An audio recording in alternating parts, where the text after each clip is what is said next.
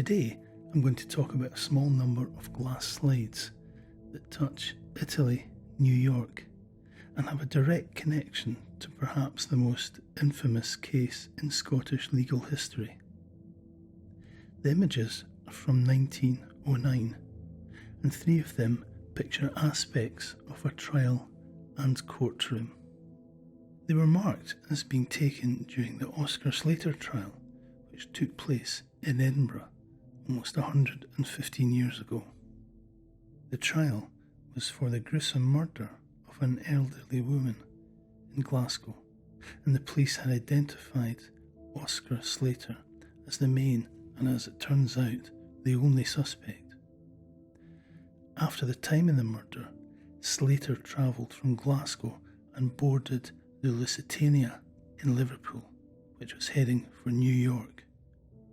The police assumed that he was on the run and had him arrested in New York and brought back to Scotland, where he stood trial. The big question for me was, could these photographs be genuine, and therefore new and undiscovered images relating to this famous trial? Or perhaps they were copies of official photographs. I wasn't sure, so started a search. There was nothing to be found online, so I turned to an expert in this field. I was told I couldn't have these photographs that were taken in the courtroom, since there was only 2 recordings of the trial, and they were quite well used in publications. Thought this a rather strange response. It spurred me on. So I turned to investigate the other photographs in the collection with the hope of identifying the photographer by name. There were 2 photographs of a young girl named Margherita, and also it gave her Italian-sounding surname. It was an uncommon surname, and I managed to track down a relative of hers in America. He responded quickly. The girl was his great-aunt. They'd never seen a photograph of her, but were sure it was her. It was an emotional reunion of sorts. I would later find out why. This relative suggested that the photographer was called Raimondo, or Ray, and was Margherita's father, and that he lived in Edinburgh at that time, 1907.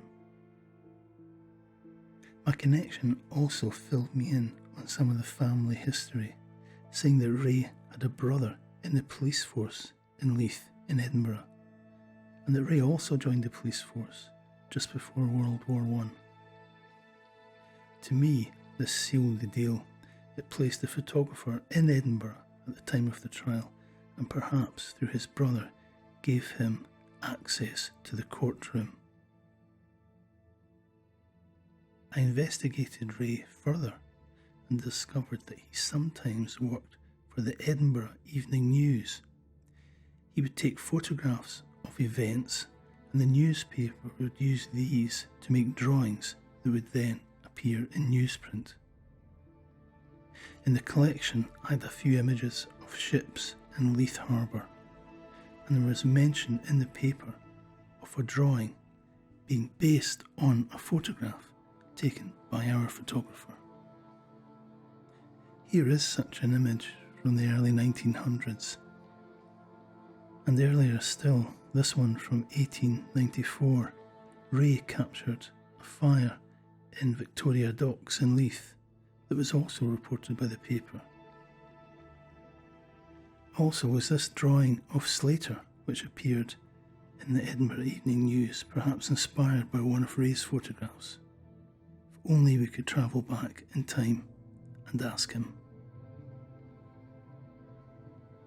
So, I was convinced of the authenticity of the images and excited about the discovery. I then looked further into Ray's life and was a little shocked to see what I found. He was divorced in 1907, the year Margherita's photo was taken. Ray lived with his parents and brother's family, but in earlier times had a wife and daughter that he had told nobody about. He was supporting them secretly. He paid for their upkeep and they lived elsewhere in Edinburgh. Quite remarkable. However, his wife eventually decided to leave Edinburgh for New York, but left their daughter, Margarita, behind, and Ray then looked after her from that point. Looking back, it's not clear what happened to Margarita, only there is some mention of her having great artistic skills. And as for Ray, he was awarded a medal for 21 years service in Leith Police in the 1930s. Now the story doesn't end there for me. In 2005, I was commissioned to write the music score for a BBC drama called The Strange Case of Sherlock Holmes and Arthur Conan Doyle. This was my first TV drama, and it was a great experience.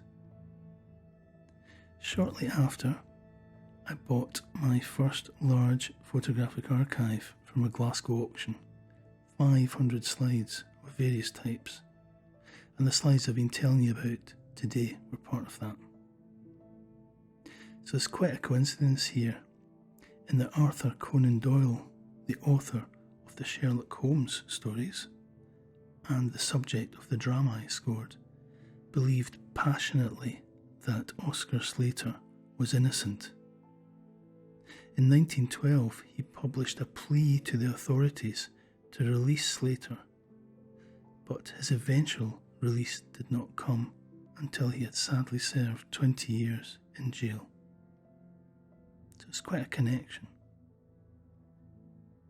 After a while, the BBC then contacted me to say that they were making a documentary, and could they use some of the music I'd written for the Conan Doyle drama in the documentary. I of course said yes and thought no more about it until I got some papers to sign.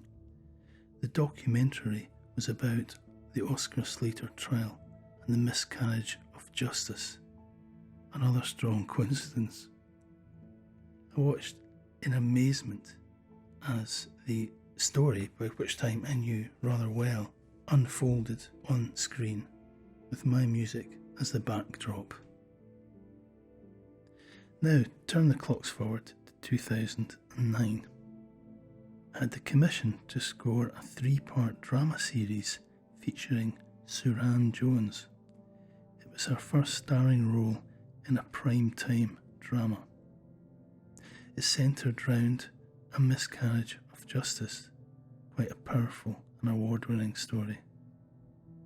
Suran's character played the role of the wrongly imprisoned woman and was of course called Ruth Slater. Thanks for listening. Do subscribe or follow and keep in touch.